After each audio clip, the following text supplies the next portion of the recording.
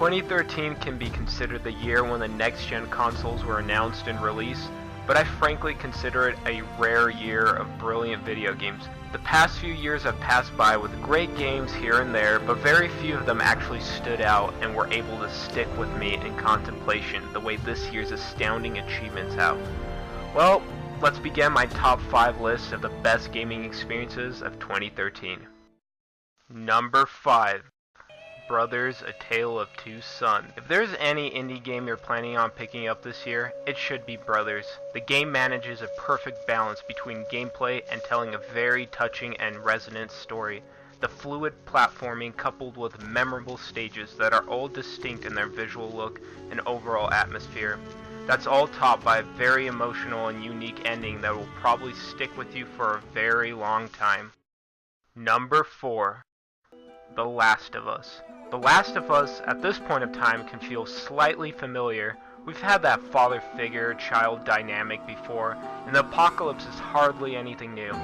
However, The Last of Us doesn't succeed because of a highly original story or innovative gameplay. It ultimately succeeds because of its execution. The game continues a very lengthy narrative that never grows tiring. We're introduced to new complex characters, and most especially, its two main characters, Joel and Ellie, are some of the absolute best video game characters ever created. They have their own really strong and rich personalities. As the story progresses, you grow so fond of Ellie that you basically inhabit the mind of Joel himself. And when things get tough, you know you're not going to give up Ellie no matter what happens. She's such a lovable and grounded character that you find yourself, the player, being that father figure at the end of the day. Again, the gameplay is elaborate enough that it never gets boring, and the story is undoubtedly riveting. Number 3. BioShock Infinite. BioShock Infinite proves that there's still much to be explored. Ken Levine and the studio wisely chose to explore a completely different setting and atmosphere, rather than milk the popular Rapture until it wore everyone out. The gameplay might not feel special after the masterpiece that was the first BioShock, but the story itself gets so intense and intriguing as the narrative advances that you never for 1 second feel like it's time to put down the controller. Just like its predecessor, there's so much mystery behind this world, and there will be countless twists thrown at you, most of which you'll never see coming.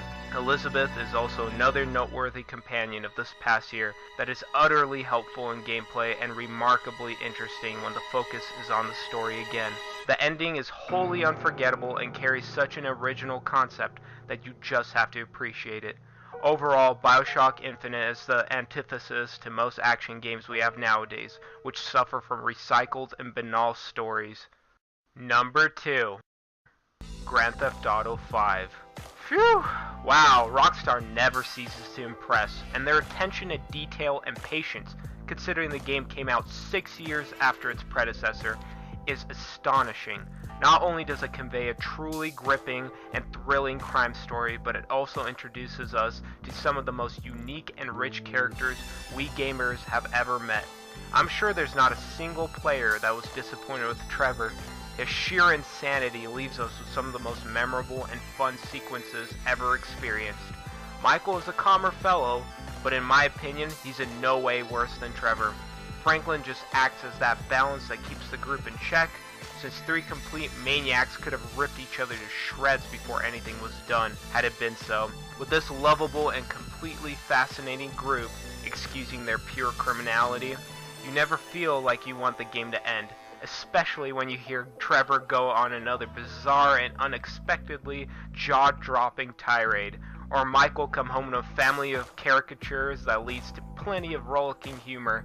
Anyways, GTA 5 is a total blast with plenty of extremely fun missions and a refreshing variety, as well as clever satire that bravely criticizes our current state of affairs in America. Number 1. Beyond Two Souls. One of the most relevant conversations in the contemporary realm of gaming is the questionability of gaming stature as art. However, all one has to do to prove that gaming belongs in the discussion is the presentation of Beyond Two Souls. The incredible performances from both Ellen Page and Willem Dafoe, I'm sure, already grabbed the audience's attention. In addition, we follow an engrossing narrative that spans decades of the main character's life, allowing us to relive Jodie's miserable teenage years, her service in the military, the period where she was forced to live on the streets, and much, much more. To convince the more traditional gamers that this is, in fact, a video game, is to remind them that a video game, at the end of the day, is an interactive experience. This one is pervaded by decisions just like the amazing Heavy Rain.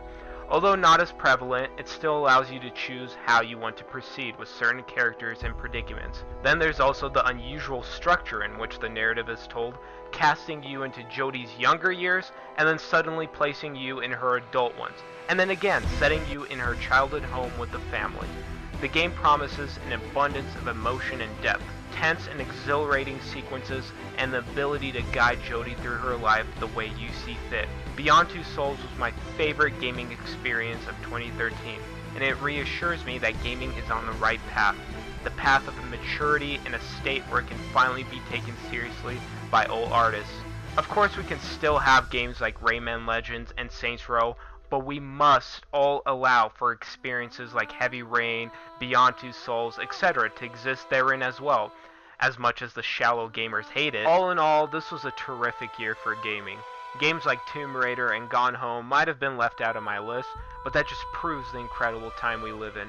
There are plenty of enjoyable gaming experiences out there. You just need to know where to look, whether it's in the independent scene or the unfortunately deteriorating mainstream scene. Anyways, thank you, and let's hope we're surprised by 2014's quality as well.